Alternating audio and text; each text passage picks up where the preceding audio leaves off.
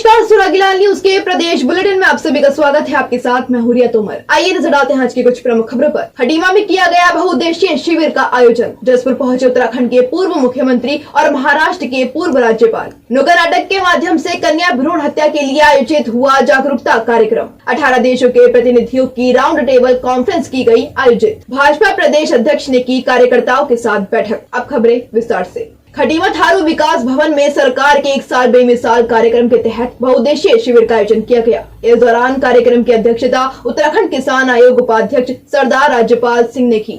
इस दौरान तहसील और अन्य विभागों के अधिकारी मौके पर मौजूद रहे। आपको बता दें कि इस दौरान लोगों की समस्याओं का समाधान किया गया, वहीं अन्य समस्याओं का जल्द निवारण करने हेतु आदेश दिए गए हैं। संवाददाता कुलदीप सिंह की रिपोर्ट।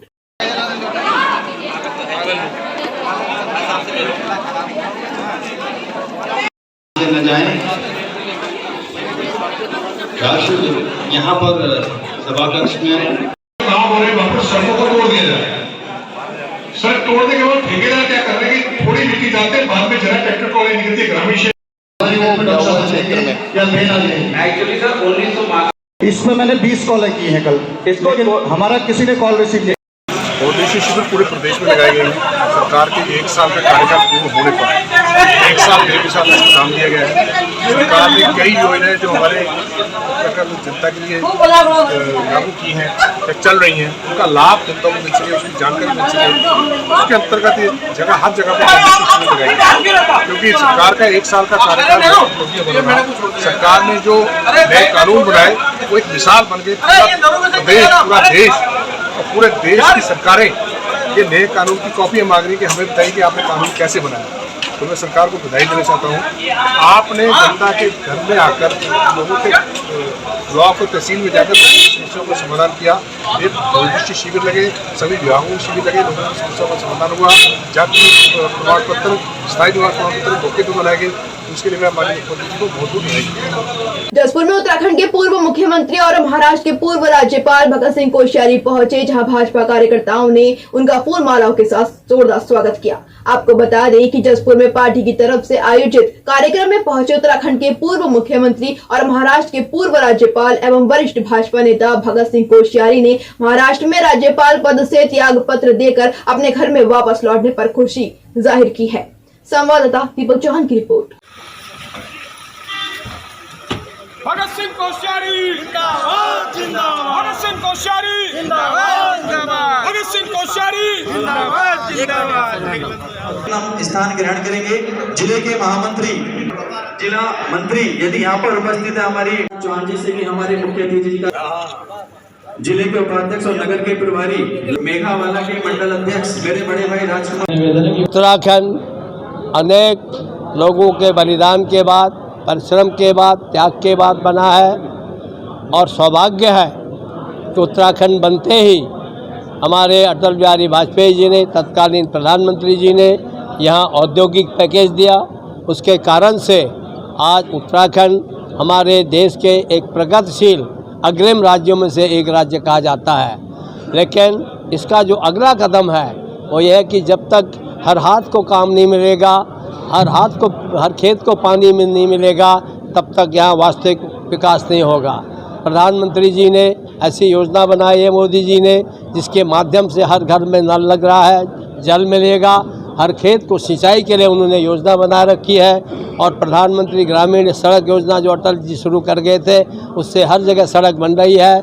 लेकिन उससे भी आगे हमारा ये कहना है, हम सब लोग, हमारे जितने भी गांव के लोग हैं या शहर के लोग हैं, हम आत्मनिर्भरता की ओर बढ़े। नौकरी की ओर ध्यान न दे करके हम किस प्रकार से छोटे छोटे कुटीर उद्योग बना सकते हैं, पढ़े लिखे हैं, इंजीनियर हैं, कैसे हम स्टार्टअप शुरू कर सकते हैं, उस दिशा में हम आगे बढ़ें। और जैसे महाराष्ट्र एक औद्योगिक प्रदेश के रूप में, आर्थिक राजधानी के रूप में जाना जाता है, ऐसे हम भी अगर यहाँ पर इस प्रकार के फलोद्यान, कृषि और डेयरी, फिशरी आदि में काम करेंगे तो हमारा प्रदेश आगे बढ़ेगा। उसी काम के लिए मैं यहाँ जो उसकी जन जागृति के लिए यहाँ घूम रहा हूँ और मुझे बहुत अच्छा लगा कि सारे प्रदेश में बहुत अच्छा उसका स्वागत हो रहा है। और मुझे लगता है कि निश्चित रूप से हमारी प्रदेश सरकार जो योजनाएं बना रही हैं वो हम सब सहभागी होंगे तो प्रदेश अग्रणी राज्यों में से एक होगा, यही हमारी कल्पना है, इच्छा। एसएसपी अल्मोड़ा रचिता जुआल के निर्देशन में अल्मोड़ा पुलिस द्वारा नंदा देवी मंदिर परिसर में कन्या भ्रूण हत्या के संबंध में लोगों को जागरूक करने हेतु नुक्कड़ नाटक का कार्यक्रम आयोजित किया गया। आपको बता दें कि कार्यक्रम के जरिए मौजूदा लोगों को कन्या भ्रूण हत्या के दुष्परिणामों से जागरूक किया गया है। संवाददाता हेमंत सिंह भारा की report.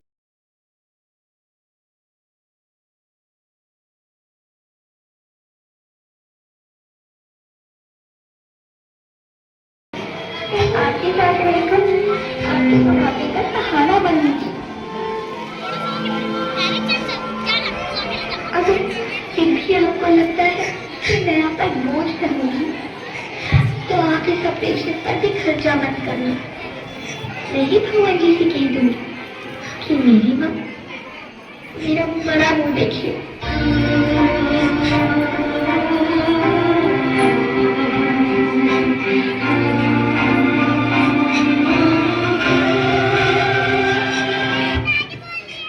Anjali emotion, Anjali emotion, Anjali emotion. अरे अंजलि, क्या हुआ अंजलि? अंजलि, पापा, पापा इधर आओ। अंजलि, पापा, पापा, पापा, अंजलि, कहाँ गई तू? ढूंढता मुझे। अंजलि, वापस आ जा। अब नहीं कहूँगा तुझसे मैं, ये हमारी बेटी है, प्लीज आ जा अंजलि। G20 समिट के दूसरे दिन 18 देशों के प्रतिनिधियों की राउंड टेबल कॉन्फ्रेंस आयोजित की गई, जिसके बाद प्रधान वैज्ञानिक सलाहकार प्रोफेसर अजय कुमार सूद ने सभी वैज्ञानिकों के साथ ब्रीफिंग की। उन्होंने बताया कि पूरी कॉन्फ्रेंस में 4 मुद्दों पर विस्तार से चर्चा की गई है, जिससे आगे चलकर काफी हद तक सुधार और सहायता मिल सकेगी। संवाददाता कैलाश की रिपोर्ट है। फर्स्ट G20 CSAR की जो कॉन्फ्रेंस हुई है राउंड टेबल, उस पर आधारित है, जिसकी अध्यक्षता श्री अजय कुमार सूद सर ने की है। आज जो भी मीटिंग में कॉन्फ्रेंस में बात हूँ, PSA सर अजय कुमार सूद साहब को कि वो मीडिया को ब्रीफ करें। सर, ये पहला मुद्दा सबसे बड़ा ये था जो ह्यूमैनिटीज़ को चैलेंज कर रहा है कि हम फ्यूचर पेंडेमिक्स को कैसे बचाएं, जिसमें ह्यूमन हेल्थ, लाइफ स्टॉक जो हमारे अपने पशु हैं और वाइल्ड लाइफ एनवायरनमेंट, इनको मिला के हम ऐसा बनाएं कि एक मिल के प्रोग्राम बने जो सारी कंट्रीज़ एक दूसरे से कोऑपरेट करें और उसमें सर्वेलेंस मैकेनिज़्म हो, नई वैक्सीन का इजाद कैसे होगा, क्या इसमें हमें रखना पड़ेगा, SNT इंटरवेंशन सब हो रहा है। दूसरा मुद्दा था कि जो साइंस है इसको हम क्या जन भागीदारी बनाएं। इसको जन भागीदारी के लिए हमें बहुत कोशिश करनी पड़ेगी और सारी कंट्रीज़ इसके लिए उत्सुक हैं कि इसको जन भागीदारी बनाया जाए। तीसरा मुद्दा था कि जो हमारी डाइवर्सिटी है, जो इक्विटी, सबको इक्वल मिले मौका और सभी इंक्लूडेड हो, इंक्लूजन हो और एक्सेसिबिलिटी हो, इसको लेकर हमारे क्या पॉलिसी इश्यूज होने चाहिए। तो ये पॉलिसीज इश्यूज भी आज डिस्कस हुए। और सबसे चौथा बात है कि ये जो साइंस पॉलिसी को हम क्यों अपने बीच में रखकर हमारे जो लीडरशिप तक अपनी आवाज़ पहुंचाएं सारे कंट्रीज़, ताकि एक SNT बेस्ड पॉलिसी डिसीजन एक हमारा नेचर बन जाए, एक हमारा स्वभाव बन जाए। सर, बदलता मौसम एक बड़ा कारण रहा है बीमारी। बिल्कुल है, और क्लाइमेट चेंज और हेल्थ बहुत इंटर रिलेटेड है, इसको भी लेकर चर्चा हुई और ये बहुत ही अहम मुद्दा है। अब अगला क्या रहेगा सर? अगला कहाँ होगा? अगली अगस्त एंड में एक मीटिंग रहेगी जो हम आपको एकदम अभी कुछ दिनों में अनाउंस कर देंगे अगस्त के एंड में, और उसमें इन सभी बातों को लेकर फाइनल जो चर्चा होगी उस पर हम क्या इशू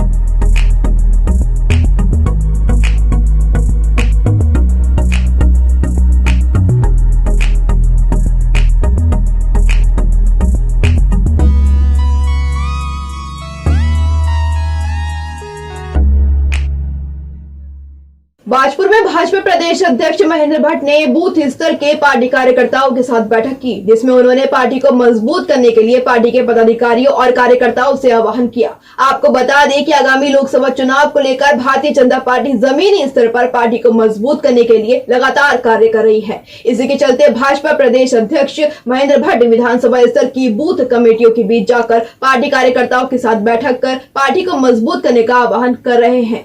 संवाददाता शुभम गंभीर की रिपोर्ट। आपने देखा डॉक्टर जोशी कार्यालय उद्घाटन कर रहे थे, मोदी जी का हाथ पकड़ने पर वो दिया।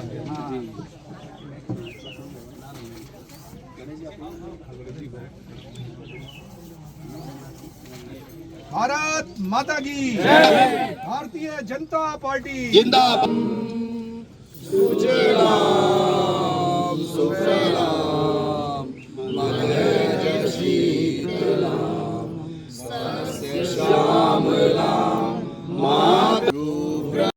ये बूथ टोली की बैठक थी, लेकिन इस बूथ की सम्रांत जनता भी यहाँ उपस्थित हुई है। मैं आपका भी स्वागत करता हूँ और बैठक का जो मूल उद्देश्य है उसकी भी चर्चा करेंगे और किस कारण हम बूथ तक जा रहे हैं उसकी भी चर्चा करेंगे। एक तो हम सब लोग मानते हैं, तो शुरुआत कहाँ से होती है? शुरुआत होती है गरीब का खाता खोलना है इस देश के अंदर। देखिए, हमारा रूटीन वर्क होता है, हर चुनाव से पहले हमारे शक्ति केंद्र का गठन हो जाए, ये बड़ी बात है। इस बार हम पन्ना टोली तक अपना संगठन का विस्तार कर रहे हैं। पिछली बार तक हम लोग शक्ति केंद्रों तक हमारी टीम हुआ करती थी। पन्ना टोली बनाने के बाद हर बूथ पर 50% से ज़्यादा मतदान भारतीय जनता पार्टी पक्ष में हो, इसका आह्वान हम कार्यकर्ताओं से कर रहे हैं। और कार्यकर्ता प्रत्येक परिवार से मिलकर भारतीय जनता पार्टी के पक्ष में रखते हुए केंद्र की जो उपलब्धियां हैं, राज्य सरकार की उपलब्धियां, उन उपलब्धियों को लेकर भी हम घर घर दरवाजे दरवाजे जाने वाले हैं। बड़ी 6 अप्रैल को भारतीय जनता पार्टी स्थापना दिवस है और हमने कार्यकर्ता आह्वान किया है, हर घर कमल का ध्वज लगाना चाहता है उसको ध्वज की दिए जाएँ और प्रत्येक घर पर कमल का ध्वज दिखाई दे। देखिए, कांग्रेस आज मुद्दा विहीन हो चुकी है। हम लोग पहले दल हैं जो हर वर्ष के कार्यों की एक बुकलेट निकालते हैं, उसका विमोचन करते हैं। हमारे मंत्रियों ने विमोचन किया है। हमने हर विधानसभा के अंदर जो बहुउद्देशीय शिविर लगाए उसमें उन पुस्तकों का वितरण किया है। एक भी विषय जो उस पुस्तिका में है वो जमीन में उतरा है। इसलिए प्रश्न जब कुछ बचता नहीं है तो केवल विरोध के लिए विरोध करना ये कांग्रेस की नीयत बन गई है। और मैं कह सकता हूँ कि जनता इस बात को समझती है कि बीजेपी चाहे केंद्र की सरकार और राज्य की सरकार हो, हर वर्ष के कार्यों को जनता के सम्मुख ले जाती है और वही तो जनादेश हमको प्राप्त होता है। देखिए, बेरोजगारी की दृष्टिकोण मैं कह सकता हूँ, अगर पिछली सरकारों की तुलना आप देखेंगे तो स्वरोजगार से लेके शासकीय रोजगार में हम लोगों ने गुणात्मक सुधार की। बड़ी बात और की है कि पहली बार प्रतियोगी परीक्षाएं में 3 लाख बच्चे जो बैठे हैं, इन 3 लाख बच्चों ने हिम्मत के भाव के साथ परीक्षा दी है कि अब नकल नहीं होगी। अब नकल कराने वाले लोग दंडित हो रहे हैं। एक नकल विरोधी कानून के बाद एक युवाओं का जो मनोबल बढ़ा है, प्रतिमाएं कुंठित होने से बची हैं, इस भाव के साथ रोजगार बढ़ रहे हैं और स्वरोजगार के लिए हम लोग काम कर रहे हैं। अनेकों स्थानों पर, चाहे पर्यटन क्षेत्र की मैं बात करूँ तो वहाँ भी हमने बहुत से स्वरोजगार के विकल्प युवाओं को दिए। G20 समिट के तीसरे दिन रामनगर पहुंचे विदेशी मेहमान सुबह की पाली में कॉर्बेट टाइगर रिजर्व के बिजरानी पर्यटन जोन में भ्रमण पर निकले। इस दौरान कॉर्बेट प्रशासन ने उनका एंट्री गेट पर कुमाऊनी वेशभूषा के साथ टीका लगाकर स्वागत किया। इस दौरान पुलिस प्रशासन की सुरक्षा के बीच उनकी बिजरानी जोन में एंट्री हुई। वहीं कॉर्बेट पार्क में एंट्री होते हुए विदेशी मेहमान काफी खुश नजर दिखाई दिए। संवाददाता कैलाश की रिपोर्ट।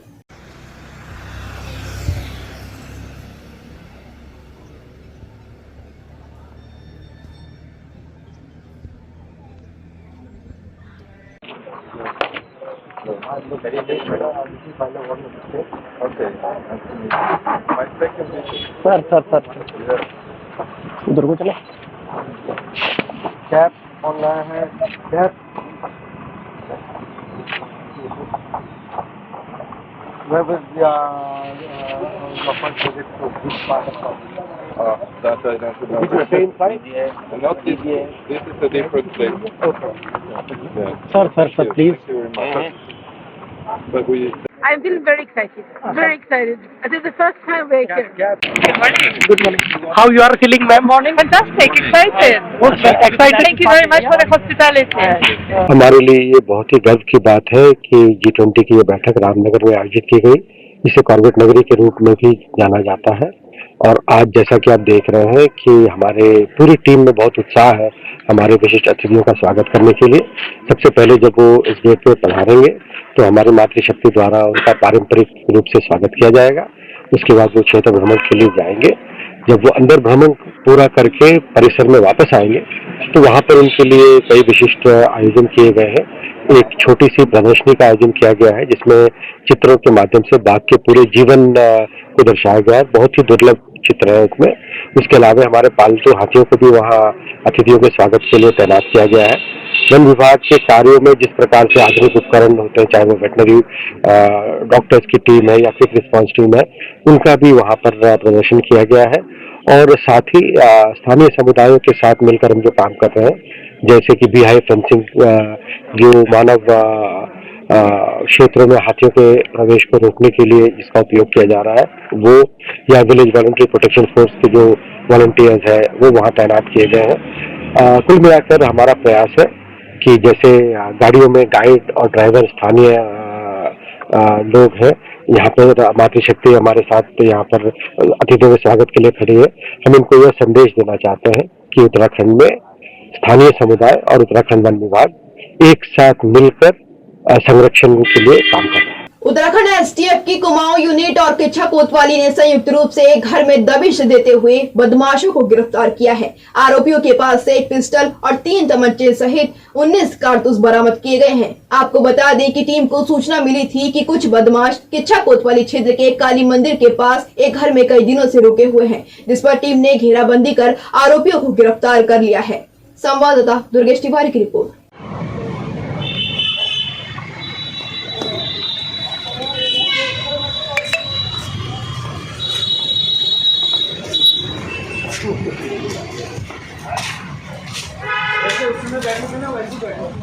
आ जाता मैं कोतवाल साहब को तो नहीं है। एक कुर्सी और डाल दे सर। वहाँ पीछे चलो, उधर से कुर्सी उठा लो। नहीं एक उठा लो। ठीक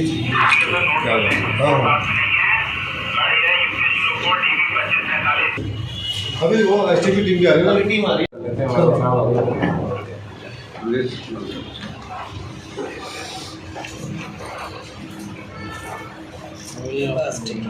थोड़ा पीछे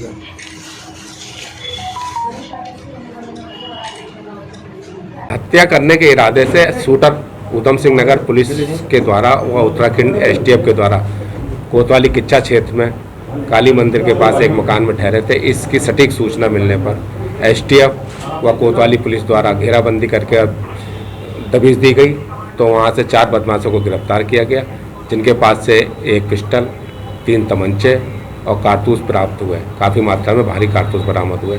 उनसे पूछताछ गई तो उन्होंने बताया कि हम जो है सिमरनजीत सिंह है जो पुलभट्टा के पास रहता है, यूपी बॉर्डर के पास घर है उसका, उसकी हत्या करने आए थे और उसकी उन्होंने रैकी भी करी थी। पहले तरोई चौक पे गए और फिर वहाँ उत्तम नगर गुरुद्वारे की तरफ भी गए थे, तो वो वहाँ नहीं मिला, तो ये आके उसको सूचना पे इन्होंने अपना मुख भी लगाया था कि जैसे ही वो आएगा तो उसकी हत्या कर देंगे। सटीक सूचना पर छापा मारा गया, जो उनकी योजना विफल हो गई और समृजीत कौर और गगनदीप जो है, गगनदीप थाना किच्छा का रहने वाला है रतनपुर का, इनमें आपस में पहले से भी मुकदमेबाजी चल रही है और एक दूसरे का हत्या के प्रयास कर चुके हैं, गोलीबारी हो चुकी है।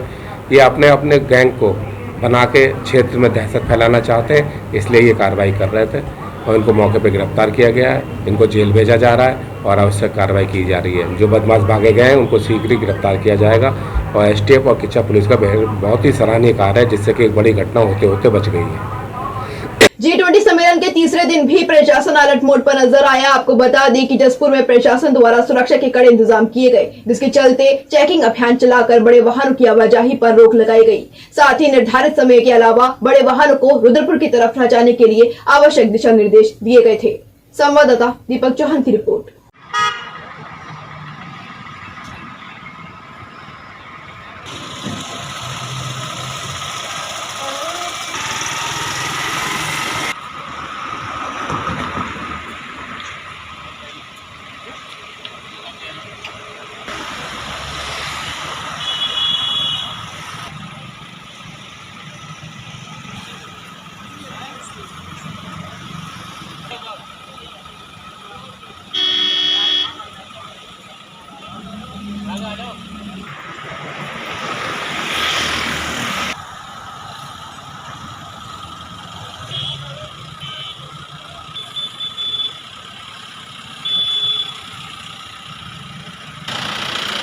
लगातार पूरा जो G20 सम्मेलन है, जो इसके दृष्टिगत जितने भी हमारे बॉर्डर्स हैं, इन सब पे एक तो हैवी ट्रैफिक को रोका गया है और जितने भी चौकी इंचार्जेस हैं, इन सबको निर्देशित किया गया है कि इनमें जो निर्धारित समय सीमा है उसके बाहर हैवी वाहन को रुद्रपुर की तरफ नहीं छोड़ा जाएगा। जो भी हमारे सीमावर्ती थाने हैं, सर्कल्स हैं, चौकियां हैं, सभी स्तर पर आपस में कोऑर्डिनेशन स्थापित किया गया है और लगातार एक व्हाट्सएप ग्रुप के माध्यम से भी उनको सूचना दी जा रही है और जो भी आवश्यक केवल वस्तुएं वाले हैं केवल उन्हीं को छूट दी जा रही है। बीते वर्षों की तरह इस वर्ष भी मोहल्ला रामपुरा स्थित मां अटरिया देवी मंदिर से जय घोषों एवं पुष्प वर्षा के बीच मां अटरिया देवी का भव्य डोला गाजे बाजों के साथ कड़ी सुरक्षा के बीच निकाला गया, जो नगर के मुख्य मार्गों से होकर गुजरता हुआ प्राचीन अटरिया देवी माता शक्तिपीठ पहुंचा, जहां मां अटरिया देवी की प्रतिमा को विधि विधान एवं पूजा अर्चना के बीच स्थापित किया गया। इसके साथ ही प्राचीन अटरिया मेला भी प्रारंभ हो गया। मेले के दौरान भारी पुलिस बल तैनात रहा। संवाददाता दुर्गेश तिवारी की रिपोर्ट।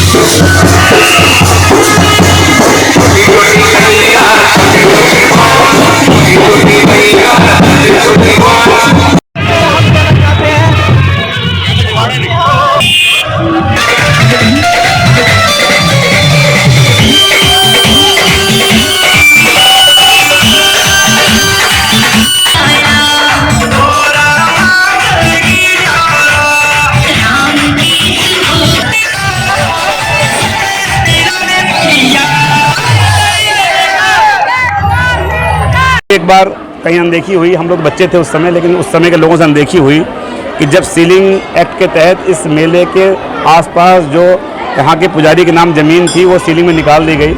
एक उस समय एक पटवारी थे, दुर्भाग्य से वो किसी अन्य धर्म के थे, तो उन्होंने जानबूझ करके यहाँ की ज़मीन निकाल दी, जबकि इस मंदिर के पुजारियों के नाम जयनगर में और फाजिलपुर महरौला में ज़मीन थी। वो चाहते तो वहाँ की निकाल सकते थे, लेकिन यहाँ की निकाल दी गई, जिससे धीरे धीरे इस मेले पर अराजक तत्वों का कब्जा होने लग गया। और ज़मीन खुर्द-बुर्द भी की गई। और पिछली बार तो यहाँ तक हुआ कि यहाँ जो मेला जिन लोगों के हाथ में था उनमें से कुछ लोगों ने यहाँ पर नमाज पढ़ी, रोजे रखे और उससे एक धार्मिक भावना लोगों के हाथ हुई। तो अब की इंटरवीन किया हम लोगों ने, इसमें दखल दिया और मुझे खुशी है कि मेला ऐसे लोगों से मुक्त हुआ। इस बार माननीय न्यायालय ने भी साथ दिया और प्रशासन को भी न्यायालय के निर्देश के अनुसार काम करना पड़ा और आज उसी की वजह है कि मेला फिर से इन लोगों के हाथ में आया जो इसके पुजारी हैं। और आप देखते होंगे कि इस बार एक ज़बरदस्त उत्साह लोगों में है, बहुत बड़ी संख्या में लोग शामिल हुए हैं और ये अच्छा साइन है। हम चाहते हैं, हम सांस्कृतिक राष्ट्रवाद के पोषक हैं, हम मानते हैं कि जो हिंदू धर्म है वो सबके कल्याण की बात करता है, सभी के सुखी रहने की बात करता है। जब हिंदू विचारधारा मजबूत होगी तभी राष्ट्र मजबूत होगा और इसका अच्छा संकेत है। ये एक ऐतिहासिक मेला है, क्या कुछ ऐसा प्रयास भी करेंगे कि राज्य सरकार कुछ अनुदान दे? जी, ये हम लोग तो बचपन से देखते थे, ये बहुत प्राचीन मेला है। 1800 सालों से अधिक समय से यहाँ मेला लगता है और चैती मेला काशीपुर का और यहाँ का हमारा माँ दरिया देवी का मेला, ये तराई का सबसे प्राचीन मेला है। दुर्भाग्य से यहाँ की ज़मीन खुर्द-बुर्द हुई है। मैं माननीय मुख्यमंत्री से मिलने जाऊँगा, मेरे सब साथी पार्टी के लोग खड़े, चौहान जी हैं, दत्ता जी हैं, गुप्ता जी हैं, सब लोग जाएंगे और यहाँ के जो पुजारी हैं उनको साथ लेकर जाएंगे और हम आग्रह करेंगे माननीय मुख्यमंत्री जी से कि जिस तरीके से माननीय प्रधानमंत्री जी ने हमारे तीर्थों को संवारने का काम किया है, कॉरिडोर बना करके, ऐसे ही यहाँ भी जो आसपास ज़मीन है उसका सरकार अधिग्रहण कर ले ताकि वो मेले को दे दे और उन जिनकी ज़मीन अधिग्रहण करे उनको उसके बदले में हम और जगह ज़मीन दें ताकि इस मेले का भव्य स्वरूप में मेले का आयोजन हो सके और जो इसकी प्राचीनता है और जो इसका इतिहास है वो बना रहे, बचा रहे, इसके हम लोग प्रयास करेंगे। कहाँ हैं सब लोग? शाम की चाय तो एक साथ होनी चाहिए, सब लोग एक साथ बैठना ही नहीं चाहते। पापा, try this. लो, सब लपक ली।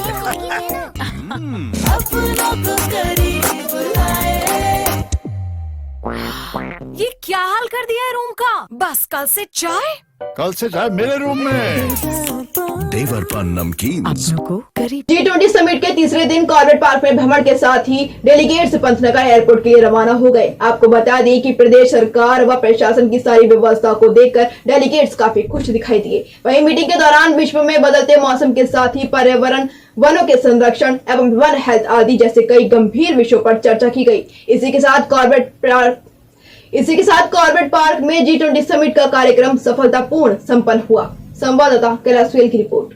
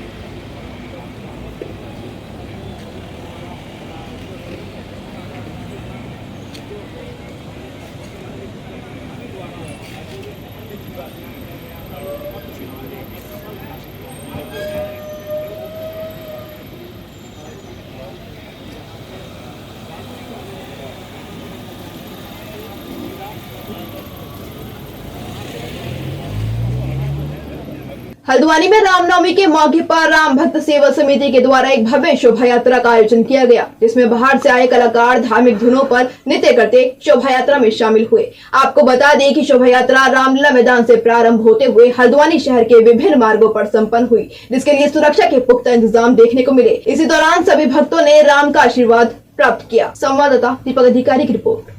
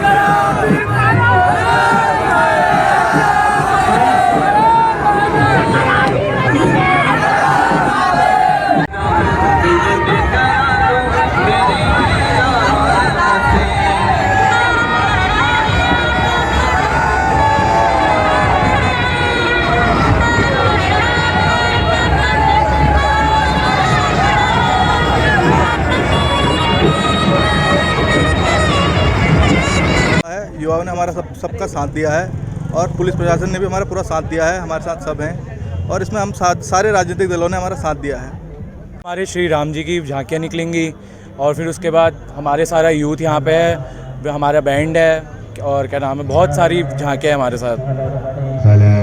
श्री राम सेवा समिति द्वारा अपने सनातन धर्म को और अपनी संस्कृति से जोड़ने के लिए इन बच्चों का जो प्रयास है बहुत सराहनीय प्रयास है और हम सभी शहर के जितने भी सम्मानित लोग हैं आज इस कार्यक्रम में सब उपलब्ध हैं। इसी वजह से इस संस्कृति को जिंदा करने के लिए और अपने सनातन धर्म से जोड़ने के लिए इन युवकों के साथ रामनवमी की इस यात्रा में हम सभी सहयोगी के रूप में और राम भक्त के रूप में आज जा रहे हैं। बहुत अच्छा लग रहा है। ये हमारी सनातन धर्म को आगे बढ़ाने का काम कर रहे हैं हमारे राम भक्त समिति जो है कर रही है, क्योंकि ये होना बहुत ज़रूरी है, लोगों में प्रोत्साहन का होना और उन्हें पता, इसी से हमारे बच्चे भी इससे मोटिवेट हो रहे हैं कि ये राम भक्त की हमारी रैली निकल रही है तो वो भी मोटिवेट होकर निकल रहे हैं और महिलाओं में जो उत्साह है ये। सभी पत्रकारों को मैं धन्यवाद कहता हूँ, हमारे जितने भी भाई यहाँ पे आए हैं, यहाँ मौजूद हुए हैं, मैं उन सभी का धन्यवाद कहता हूँ कि आप हमारे साथ आए हैं। मैं सभी अपने यूथ का, हमारे जो पुलिस प्रशासन है और ये हमारे जितने भी महिलाएं हैं सब आए हुए हैं, मैं उन सभी का धन्यवाद कहता हूँ। और मैं चाहूँगा कि हमारी जो इस बार रामनवमी है ये भव्य रामनवमी के नाम पे एक पूरे हल्द्वानी शहर में एक छाप छोड़ है, जो एक हमारा हिंदुत्व है वो हमेशा आगे रहे। और बस अंततः मैं यही कहना चाहूँगा कि जय श्री राम, वंदे मातरम। नमस्कार करती हूँ। आज ये श्री राम सेवा समिति का भव्य प्रोग्राम चल रहा है, श्री राम दरबार, और ये बच्चों ने इतनी पुरजोर मेहनत करी है काफ़ी लंबे टाइम से एक अपने धर्म को एकता देने के लिए, और सारे मतलब इतनी महत्वपूर्ण मतलब इसमें झांकियाँ हैं जो सब लोगों के लिए एक प्रेरणा का वो है, और इसमें अधिक से अधिक लोग आएंगे और महत्व ये जितने भी हमारे यहाँ के सम्मानित नागरिक हैं, व्यक्ति है, सब लोगों के आने पहुँचने की सब हुआ है यहाँ, और बाकी ये बच्चों का उत्साहवर्धन करेंगे सभी लोग, और ये झांकी बहुत महत्वपूर्ण रहेगी। अल्मोड़ा एसएसपी रचिता जुआल के निर्देशानुसार चौखुटिया पुलिस द्वारा चेकिंग अभियान चलाया गया, जिसके चलते अल्मोड़ा पुलिस के थाना चौखुटिया द्वारा ओमनी कार से 4 पेटी अवैध देशी शराब बरामद कर एक अभियुक्त को गिरफ्तार किया गया है, जिसके खिलाफ आबकारी अधिनियम के तहत मामला दर्ज कर आवश्यक वैधानिक कार्यवाही की गई है। संवाददाता हेमंत सिंह भारा की रिपोर्ट।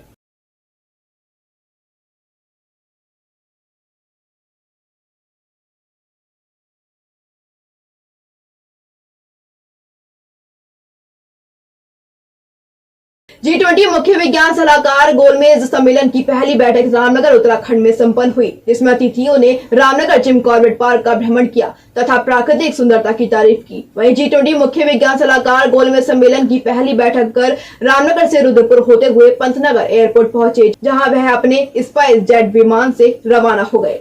संवाददाता दुर्गेश तिवारी की रिपोर्ट।